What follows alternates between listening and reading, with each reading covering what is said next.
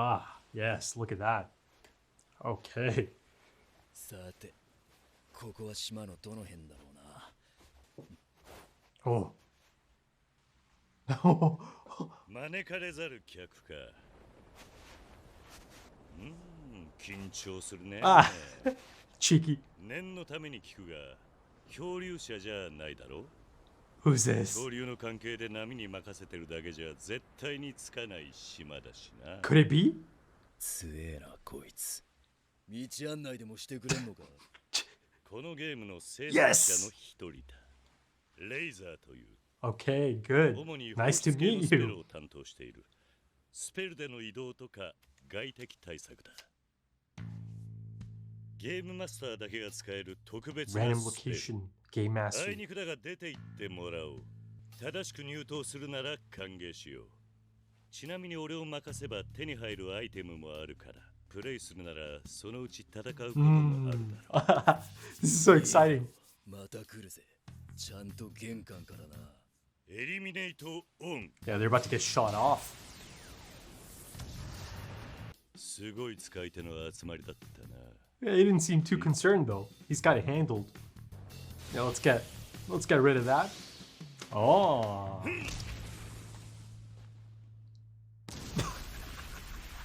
I like him. I like him. Yeah, you know, he's got that athletic fit on, right? The workout fit. Yeah, I mean, from the last episode, right? ゴンは修行の中で必殺技のヒントを掴んでいた。それは最小枠じゃんけん Look at this. じゃんけんパ Hey. ー。ビスケ、どうやったら念を飛ばせるの？パーは放出系か。で、チョキは変化系。ズバッと今とか聞きたいんだけど。Go on then. ま、今はこの程度だけど、充電すれば結構電力上がるぜ。電球投げみたい。例え悪いぞ。この年でオーラを電気に変化させるなんて恐ろしい。でもそれ以上に悲しい子。 Right. 日常が地獄だ。 Yeah, she understands. 今こうして笑顔でいられるのが奇跡的なほどに。 Here's the reason. 本当にいいコンビだね。I love the close-ups of her eyes. もうすぐ外の世界は新年よ。ハンター試験。そろそろ申し込まないと間に合わないよ。せっかく修行が面白くなってきたとこなのにな。試験の申し込みは確か年内までだわさ。急がなくっちゃ。どうやって外に戻れるんだっけ？外に出るカードくらいあるんじゃね？それじゃまずマサドラまで行ってみようか。賛成。 Oh, beautiful. あとはリーブのスペルカードを使うしかないが。 That's not an easy one to... なかなか Yeah. レアでね。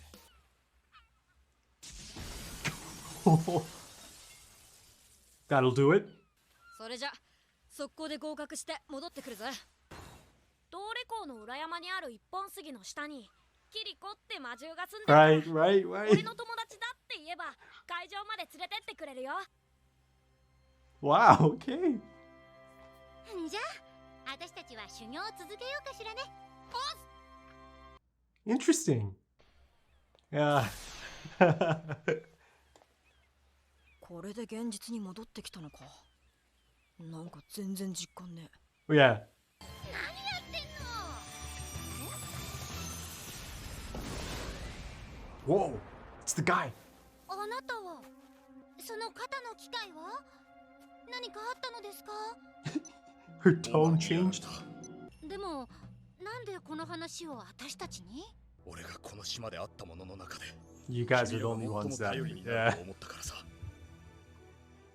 君たちも他のプレイヤーに会ったらボマーについての情報を教えてやってくれ。からくりさえ分かっていれば対策は立つはず。もしも奴らの言う一斉解除が実は一斉爆破だとしたら There's a good chance of that, right? 始めるか。ジスパーは死んだよ。そうか。指は That's nice. 全員の解除が先だ。ふざけんな。ミーグアームラー、サミンガードラ、イ Whoa. ンティラミンガ、ゼンベラルブラ、 Whoa. 森の精霊よ。我に取り付きし不浄の念を取り去りたまえ。 Ah, interesting. Let's see. Because I'm thinking of something else as well now. 鬼が出るか邪が出るか、森の精霊の力を借り、 But there's a 俺の具 price. 現化能力と合わせ、他人の放った念能力を食う念獣を作り出す。でかい。 Oh god, it's like a leech. Let's put a pin in that though. さあ条件通りにしたぞ。爆弾を解除してくれ。もちろんだ。約束は守る。だがその前にリーブのカードを3枚くれ。 He's not gonna do it. オーケー。取引成立だ。サブ、バラ。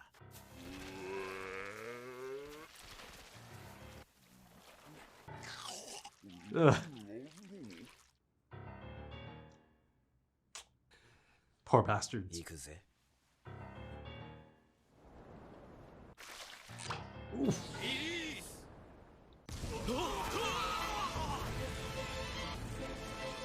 Oh.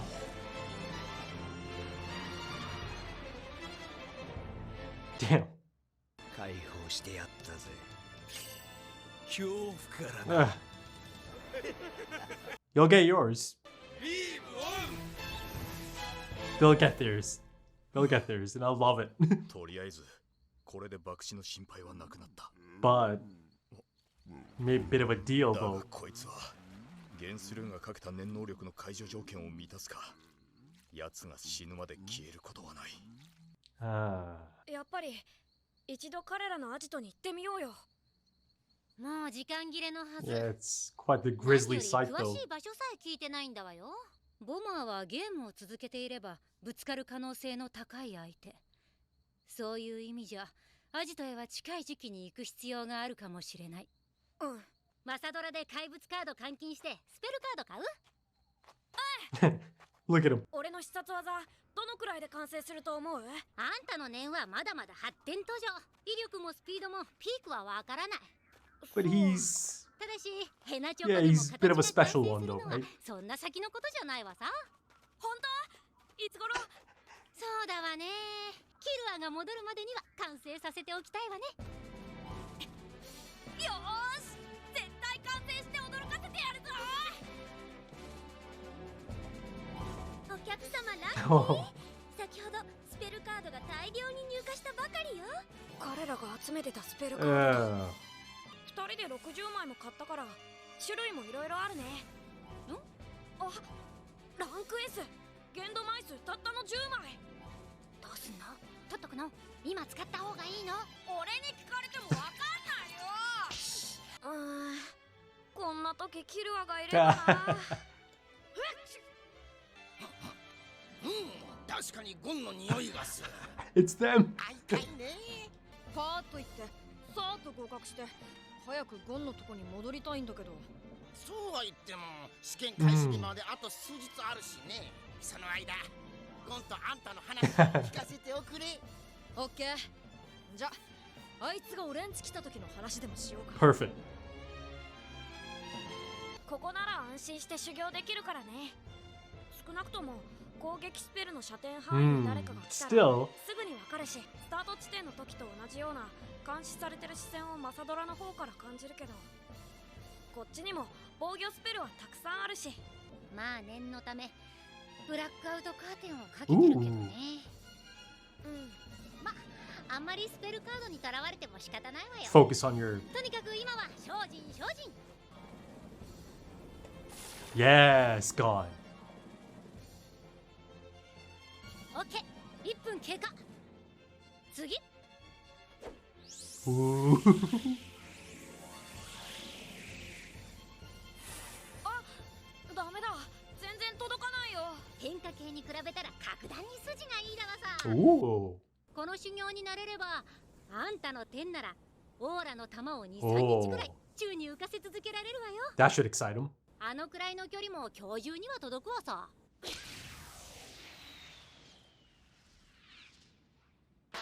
あ、え届いた。早っ。毎日真面目に天と蓮をこなしてる証拠だわね。また基礎練に戻るわよ。必殺技習得のためビスケとの修行を重ねるゴン。ビスケ。ハンター試験を受けるため一度ゲームから出たキルは二人はそれぞれの目標に向かって突き進むのだった。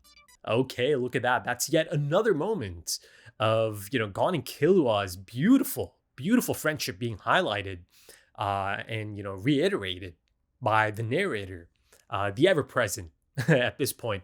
And, beyond just the beautiful friendship, the growth that they've experienced together at this point. Although, of course, there is bit of a detour for Killua, I suppose, who is tackling the Hunter exam again. So, in that sense, it's kind of like a reminder for us, the audience, as well, because, it certainly kind of hit me kind of like a surprise because it wasn't really in my mind, the passage of time. I mean, I knew it's been, a decent amount of time, but now it kind of confirms, right? It's essentially exactly a year or around that since the beginning of the anime, since episode 1, right?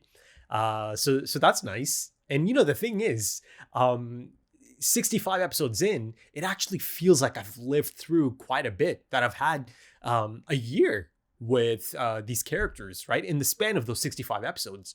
If you look back at it, of course, the Hunter exam arc, then, going to Killua's home arc. I mean, I keep referring to it as rescuing Killua arc, but you get my point, right?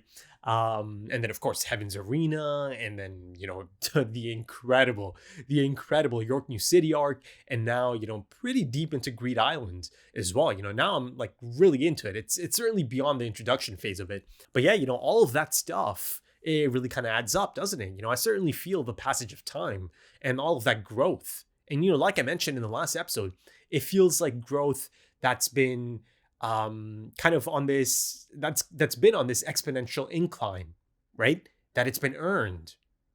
There hasn't been any, I don't know, any distinct case of just, a quick time skip and all of a sudden, both Gon and Killua, and, maybe Gon specifically in this case, have just kind of, elevated themselves to the next level all of a sudden. So yeah, it's safe to say that I'm really quite pleased with the sense of progression and the approach to that progression in this anime. And the thing is, one of the things I love most about storytelling in any medium is actually going on a journey, right? Feeling the journey, being a part of the world of the story itself. And I think, Togashi has really executed that brilliantly 65 episodes in. Because it certainly feels so rich and dense, the world of this anime and this story. And one of the main reasons for that is just this incredible, revolving door of characters that come in, supporting cast members, one-off character moments, one-off episode characters even. And then, of course, as I am speaking about characters, impactful characters and supporting cast members coming in, I mean, I think the character introduction I got in this one, the first time appearance I got in this one might be one of the best of the anime so far. Maybe I should say for me, right? But yeah, my God, Razer, right? One of those friends. And I was kind of hoping for this. I think I even mentioned it in the last episode's discussion, just the hope of having maybe even one of them be around. I mean, now it actually feels like there could be a few more of these, Jing and friends that are around, minus Jing, of course. But yeah, I'm not saying this lightly. This actually is a fantastic and really, really quite an impactful and effective character introduction. And of course, I've got quite a bit to discuss about this character introduction and the character itself, Razer, that is. The thing is, at first glance, he almost kind of resembled one of the guys that entered the game, right? It was one of those guys as, Gon is just kind of sitting down, scoping out all the people that are coming in. And this is around the time he's, on the sidelines until Killua comes into the game as well. It was a great shot. It was an angle from Gon's perspective, looking up at this guy, right? He walks up and he kind of looks down at Gon and then he walks out. I don't know. They had like a similar facial build, perhaps, but no, it's not that guy. I mean, as far as the character design goes, this guy Razer is just, I mean, he is like a specimen, isn't he? I mean, the dude's built. He's built like a Chad. But I loved his disposition. Right. Actually, let's just get into it. As I am on the topic of that character, I mean, this is such an impressive introduction because it did something really quite fascinating or something really quite impressive because it immediately established screen presence, right? And it's doing it through this medium, animation, right? But of course, in addition to animation, the voice acting and the character design itself plays a major role, plays a major part, right? Because, screen presence, a lot of times you kind of associate that with, live action, right? Be it film, be it live action shows. But, you can achieve that in anime as well. You can achieve that in animation as well. And I think Tagashi just absolutely nails it in this specific case as well, right? I mean, the voice acting, my God, that is a distinct voice. A part of me kind of felt for a split moment that, okay, this sounds kind of familiar. Maybe I don't know. Maybe I'll have to look up the voice actor's name. But at this point, I've seen enough anime, on and off the screen to have quite the catalog of voice acting. So there's a lot of overlap at this point. So that's always a nice feeling. Anytime a familiar voice kind of just pops up. Now, again, I'm not sure if this is someone I've heard before, but it sounded familiar, right? But yeah, the voice played a massive part in this, right? And then of course the body language and the character design plays a part. His approach, even though of course he understands that, okay, these are formidable possible opponents, in the Phantom Troop members, right? I believe he said these are really strong Nen users or impressive Nen users, and it's mutual because Finks certainly understood that this is someone that should be given a bit of respect here. There should be a bit of caution taken here. But yeah, Finks's really specific reaction and reading of this Razer, it also helps in kind of establishing that screen presence. Razer certainly has this aura about him. And I'm not even speaking of, the aura in the sense of Nen. He just has that gravitas, that heft, right? That, again, presence. There are certain actors in certain roles, perhaps, that do have that it factor, right? Both in, live action film, live action television. And at the moment, the immediate example that's coming to mind is Charles Dance from Game of Thrones. My God, that is a prime example of having screen presence, right? And that playing a part in the character itself. I mean, of course, there's countless examples of this, but Charles Dance just kind of popped up in my mind almost immediately. And that's the type of compliment I'm trying to give here to Tagashi and his introduction of this character. I really, truly felt that screen presence through Razer almost immediately. There's a sense of accomplishment, right? This sense of a really experienced individual that garners respect, that garners concern. And again, it kind of goes back to that, right? It's using established characters such as Finks and the rest of those Phantom Troop members who I know all about at this point from the York New City arc. So now it's really such an effective approach, isn't it? To give us his reaction, right? To show us Finks's perspective on this. And, his perspective, his reaction is one of concern. So, that's all you really need to know. The thing is, almost immediately you see that this man, Razer, he's in complete control, right? There's no concern. He's actually even having a bit of fun. The delivery of his lines, right? The cadence of it, it's even cheeky at times. And to see someone just rock up on the Phantom Troop members, with that type of attitude, it's something special. But yeah, I was hoping for something like this and it happened. One of the game developers is now a part of the arc itself. And yeah, it's certainly one of the highlights of this arc already. And of course, through his introduction, you get a bit of exposition, right? A bit of insight in terms of the mechanics of the game, the build of the game. He is an emitter. I believe he said he's responsible for, handling all the emitter spells, right? And it includes all the movement within the game. And I see examples of that in this episode as well. Once again, be it through you'll have to excuse me, I don't think I have a name yet, right, for the black guy who is able to successfully um remove the nen, the bomber's nen. More on that later. There's a lot of exciting stuff going on in this episode. And of course, he also specifies that he is in charge of taking control of external threats, right? I mean, this is some border control. I mean, the man's an absolute unit. And I don't mean specimen in just the physical sense. This is a monstrous Nen user, right? To be able to perform some of these things within the game, to be responsible for this, this is a monstrous emitter, right? This could be the most powerful one yet. I know Franklin is one on the other side, but yeah, I think this is a different level. And yeah, he certainly handles this external threat. As Finks decides, okay, yeah, okay, let's back off for now. Though, of course, the idea of potentially challenging Razer, again, coming through the official means, the official channels, and then getting a chance to challenge him at some point, as Razer kind of alluded to, yeah, it's probably something that excites Finks, right? Because he made it really clear, Razer, that is, at some point, yeah, you'll come across me, right? As long as you enter through the official channels. And in a scene that kind of reminded me of something from One Piece, if you know, he kind of just shoots them off. And then, of course, he expels them from the island.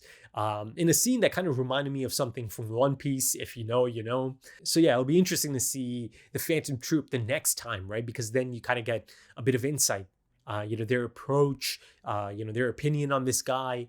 And also, they might not know it yet, but one of the things that they are kind of on the lookout for, as Finks essentially spells out for us in the end of the York New City arc, there are other Nen users. There's people out there, special people out there, I suppose, or maybe not special people, certain people that are able to remove other people's Nen. I mean, this is exactly the type of Nen user they're looking for or hoping to find out there, right? And he happens to be on Greed Island as well. Now, again, this is just a beginning stages of a possibility. There's a lot that still possibly needs to happen for, Chrollo to possibly have his, foreign Nen removed, and by foreign, I mean, Krapika's Nen expelled from, within, that resides within him. Because of course, there's a few speed bumps, there's a few roadblocks, as far as possibly getting in contact with Chrollo. The Phantom Troop members can't do it. So this is just the beginning stages of a possibility, but it's there, it's been presented, right? That there is someone here that is capable of doing that, pulling that off. Now, it's not something that is glamorous at all. I mean, no, there's quite a price to be paid, and of course, that's really quite grounded and realistic, right? You've got this parasite, this leech that just kind of latches on, that attaches itself to you, and in this case, it's specified that it's going to be a part of him. It's going to accompany him, rather, as long as the bomber is around. He specifies that he borrows power from the forest spirits, right, to use his conjurer ability to create this Nen beast, right? Fascinating concept, of course, Nen beasts and all of that. And I think I saw Nen beasts already, be it Zeno's dragon, I suppose, and Neon's ability, right? That creature that does the writing and all of that. Though of course Chrollo took that. Oh, also there's the Nen fish, right? That I saw back in that incredible episode, of course, from the York New City arc. But I think one of the standout moments of this episode is actually the process of it. The mechanics of his ability on display, right? And then again, this construct, this Nen beast. So the size of this beast, right? This parasite. That is essentially a constant companion, is kind of reflected through, I suppose, the power of the nen that's residing within you, the foreign nen that's residing within you, right? So I suppose in that case, you know, Krapika, Krapika's chains, his nen it's gotta be much more powerful or much more intense than the bombers, right? Given all of those really specific and intense conditions that Krapika applied. I mean, that being said, this right here, the bomber is another example of that, right? Conditions, specific conditions, elevating that ability to new heights, the potency of that ability, I suppose, the bomber's ability. But I think maybe it's safe to assume that Krapika's might be a bit more, might be on the next level up, right? So yeah, imagine the size of that parasite, of that nen beast, right? If it gets to that point, right? If indeed this is the person the Phantom Troop does manage to kind of, utilize in freeing Chrollo from that nen, from Krapika's nen. But like I said, this is just kind of the beginning stages of a potential setup, right? There's again a lot of speed bumps. They're not able to communicate with Chrollo, so there's got to be another angle to this, another channel of communication somehow. But yeah, the scene itself is a fantastic one, right? The operation aspect of it, or the procedure of it, the mechanics of it, right? The effigy and just the whole mystical component of it, the forest spirits. There's something, I don't know, there's something a little bit uneasy about it, right? That kind of thing, voodoo and all of that. So yeah, let's see how that plays out and his role from this point on, now that he is in disguise.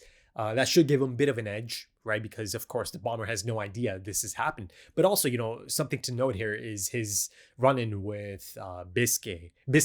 Gon calls her Bisque. Later, after he zooms out of there, he specifies or confirms that, the only reason he ended up going to them is because of this magnetic force. I assume he's speaking of a spell card, and not because of the whole thing about them being the only two that he can really trust. So yeah, there's this element of him kind of explaining all of this, right? There's a few different angles to take here. First of all, yes, he's explaining the bomber's abilities. And he's kind of imploring them to also kind of spread the legend of the bomber, but it's the opposite at this point. Now it's all about spreading how exactly the bomber functions and the ability itself, right? So people, so some people can kind of avoid it, or at least know to look out for it. But I think one of the key components of his approach here is getting Gon and Bisque in on it, right? But in this case, Gon specifically really kind of latches on, right? He's getting Gon invested in this, right? You see almost immediately he's not a fan of this. And you see that he's really quite concerned later on as well, right? And again, it's in character. It's just in Gon's nature. Once he's been told about the situation, of course, he's really quite concerned about it. But again, you need a bit of perspective in that moment. And, someone like Bisque, someone who's really quite experienced, provides that perspective, right? But also she reminds him, sooner or later, they'll come across him in the game. And for now, the best plan of action is to go and acquire some of these spells. And again, a bit of a sad moment, and Gon, picks up on it almost immediately as well, right? There's this, fresh delivery of all these spell cards, and it's a big delivery because a lot of them just got decimated. And it's a bit of a reminder of the nature of this game, of Greed Island, that this is possible, right? It's actually really quite a dark moment. There's that one shot, the pan shot of all of them dead inside of the cave. Oh yeah, it's I don't know, it's a bit of a haunting moment, right? So yeah, this guy and his associates, they have quite the kill count already. And now, it kind of sets it up nicely, doesn't it?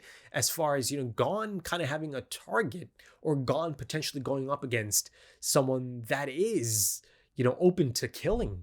I mean, it's someone that would easily kill, Bisque and Gon if he found himself in that position, right? Executing his ability and all of that. So, it's an interesting approach now to have Gon kind of be on a path towards this guy, right? To cross this guy at some point. But yeah, going back to the guy telling Gon and Bisque about the bomber, and, even making a bit of a heartfelt request, even if it's him kind of putting on bit of an act for them, it's all about getting as many people on the bomber as possible, right? Because at the end of the day, he's not going to rid himself of this parasite, this companion, if the bomber's still around, right? If the bomber's ability is still in place. So, he's trying to get more people on the bomber's case. But yeah, going back to that scene of Biscuit and Gon before they head off to Masadora again to, retrieve some of those new spell cards, she gives him something to kind of strive towards, to work towards, right? And it's this really endearing thing about Gon, isn't it? It's been noticeable for some time now that he really likes to have an estimate of, oh, can you give me like a timeline on this? And in this specific case, it's all about, how long could it take for me to master my new ability that's being developed. And of course, Gon's Hatsu is certainly a focal point of this episode, right? It's really coming along now. It really is. And it's great to see. It's great to see. But yeah, he loves having just even a rough, estimate or a rough deadline in mind. It gives him this peace of mind. It kind of gets him motivated to work towards something. So, I love that. I love that little quirk about him. But yeah, as far as the training goes, there's a bit of solo training at this point because, of course, Killua takes a bit of a detour and he's off trying once again to become a professional hunter. Right. And he knows Nen already. So, this, on paper, it really should be a breeze. But that being said, I'm kind of excited about the approach, right? Because, of course, it's not going to be as in depth as the actual Hunter exam arc, right? That's a full on arc. But, I'm sure they'll show me some stuff that Killua is going through. And that could include other, interesting characters being introduced real quick. Maybe I'll see Tonpa again. Right? The rookie crusher. So yeah, it'll be interesting to see. I think a montage or highlights type approach could be sufficient in this case. Perhaps I'll get to see some of the examiners again. Maybe the chairman himself could show up again, right? Again, it all depends on the approach and how much time is going to be dedicated to his his second run at the Hunter exam. And there's such a wholesome and lovely moment, isn't there? As he is in that cabin of those creatures that Gon knew, right? Friends of Gon. And now, another friend of Gon has come across them and, they're really, really quite, welcoming and they want to hear all about their adventures together. But yeah, I do think them being separated for a bit at least is going to be an interesting dynamic, right? It'll be interesting to see, Gon just by himself and, this training arc that's taking place at the moment. You see he's already kind of missing Killua in certain moments because he's not sure how to kind of respond to certain things that Bisky might be asking or opinions she might be asking for. So yeah, it'll be interesting. And the thing is, I opened up the discussion, speaking of the beautiful friendship that's at play here and that is being showcased. It's been one of the standouts of the anime, of this story so far. Again, it's been so incredibly lovely and wholesome to experience it. But listen, sooner or later, there's going to be some speed bumps. Sooner or later, there's bound to be some rough times, right? That's just the nature of these things. That's just the nature of storytelling, right? There's got to be conflict at some point. And in this case, by conflict, I mean, some unique situations that they might find themselves in, situations that might test them, might test their friendship, might test their limits. I mean, sooner or later, they might be faced with a crossroads moment. But yeah, let's kind of go back to Gon's Hatsu. Listen, it's just so fitting, isn't it, that rock, paper, scissors is so integral to his Hatsu. It's linked to his Hatsu because that feels so familiar to him. Right? It just feels right, and I believe Bisky said as much, right? It should feel like it's the right thing to you, right? It should feel like it's something natural, right? So yeah, rock, paper, scissors, it's been actually a constant since the early days of the anime, right? It was there in the Hunter exam arc. I mean, there's a full section dedicated to just, rock, paper, scissors competition, right? And it actually had quite a bit of depth to it, didn't it? Right? Strategy and all of that. So yeah, it feels really quite fitting, doesn't it? that this is going to be, the basis of Gon's Hatsu. And of course, the 3 Nen categories are being incorporated into it. His own base enhancer category is the rock element. Then there's the open fist, and that is paper, and that is the emission technique, right? The emitter technique. And the thing is, I spoke of a monstrous, like a grandmaster of emitters in that sense, perhaps earlier on, right? Razer, one of Jing's friends. So, sooner or later, these two are going to meet. Of course, they're going to meet, right? So there's something interesting going on there as well, as far as, the impact he might have on, Gon's character arc, his progression. But yeah, I think it'd be cool to find out about, Jing and Razor's friendship and how that, came to be, right? How they collaborated and all of that. And of course, speaking of Razor once again, I spoke of his build, right? That he's quite a unit, right? He's really quite a impressive specimen. But yeah, he's got a really athletic build, and he's got the athletic outfit on as well. Hell, the way he actually destroys the boat that the Phantom Troop took to the island, it's a really familiar sight. He volleys the shit out of it. To me, it feels like any potential fight that he's kind of alluding to could be kind of rooted in, I don't know, something sporty. But then, of course, there's also Nen at play. So yeah, there's an interesting combination going on there. But yeah, as far as showcasing Hatsu, Killua reminds them, okay, I'm here as well. Gon is getting a bit of the focus, of course, but, Killua shows them the things he's capable of. And, of course, both of them are really quite impressed. And, Bisque had quite a bit to kind of say about it. Or, her thoughts on it are really quite interesting, rather. First of all, you see that she's, of course she's impressed, but there's something a little bit tragic about it, right? She picked up on it almost immediately. The fact that he's able to do this means that he was exposed to this, right? Quite a bit as a young child. She inferred that his childhood must have been hell, right? Now, the thing is, even if Killua himself doesn't actually consider it to be, I don't know, an abusive upbringing, or, indeed his childhood might have been hell, you have this kind of perspective, right? Bisque's perspective. She can see, okay, yeah, that would have been a really, really, unfortunate and difficult upbringing. And, just because Killua doesn't think so, doesn't mean it wasn't the case. And then she goes on about how it's essentially a miracle that he can even smile now, right? And of course, as she's saying that, or thinking it rather, internal monologue, it pans to Gon, right? And of course, us audience knows, and I think Bisque, of course, knows that as well as this point, that yeah, this friendship is really quite special. And then of course, there's that close up of Bisque's eyes and her smile. It's a lovely smile. And as a whole, I'm just so happy that she is a part of their lives at this point.